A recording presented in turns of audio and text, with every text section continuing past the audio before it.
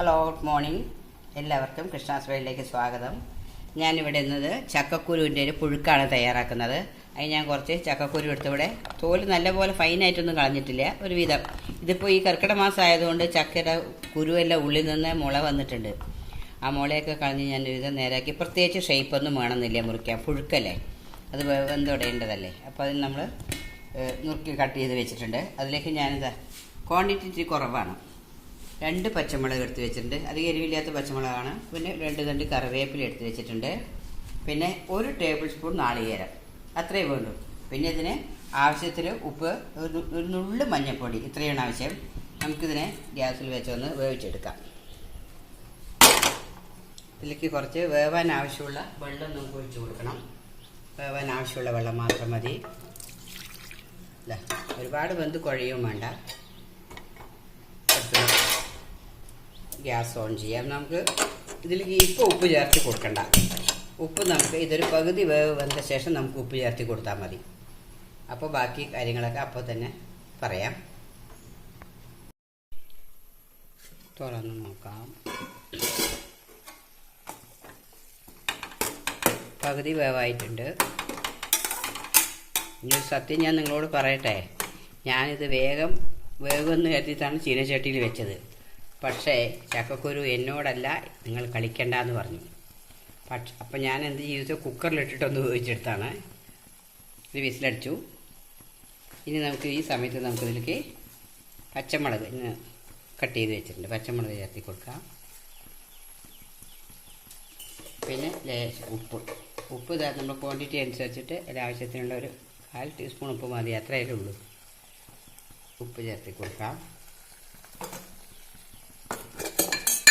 പിന്നെ ഒരു 1/4 ടീസ്പൂൺ തന്നെ മഞ്ഞൾപ്പൊടിയും ചേർത്തി കൊടുക്കാം. ഓക്കെ, ഇനി ഇത് കുറച്ച് വെള്ളം കൂടിയുണ്ട്. ആ വെള്ളം കൂടി വറ്റി വരുമ്പോഴത്തേക്കും ശരിക്ക് വേവും. മുളകിൻ്റെ എരിവെല്ലാം അതിൽ പിടിക്കും. കൂടി ഒന്ന് അടച്ച് വയ്ക്കാം. ഒന്ന് വേട്ടെ. നമുക്കിനി ഇതൊന്ന് തുറന്ന് നോക്കാം. നമ്മുടെ പുഴുക്ക് ഇവിടെ വെന്ത് റെഡി ആയിട്ടുണ്ട്. ഈ സമയത്ത് നമുക്കിതിൽ നാളികേരം ചേർത്തി കൊടുക്കണം. എടുത്തു വെച്ചിട്ടുണ്ടായിരുന്നല്ലോ.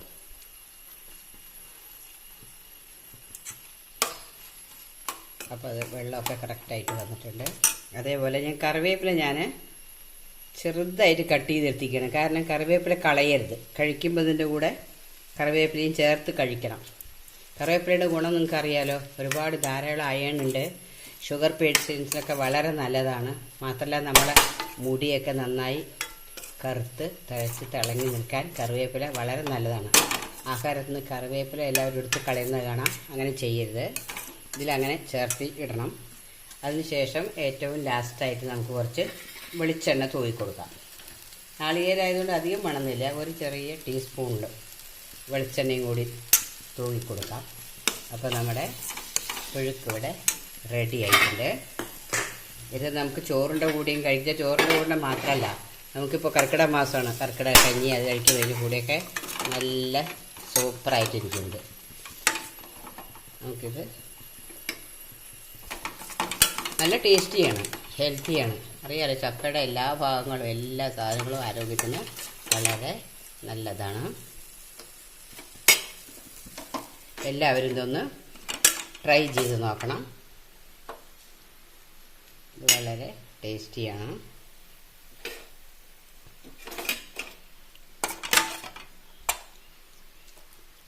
Okay, thank you for watching. അഭിപ്രായങ്ങൾ രേഖപ്പെടുത്തുമല്ലോ.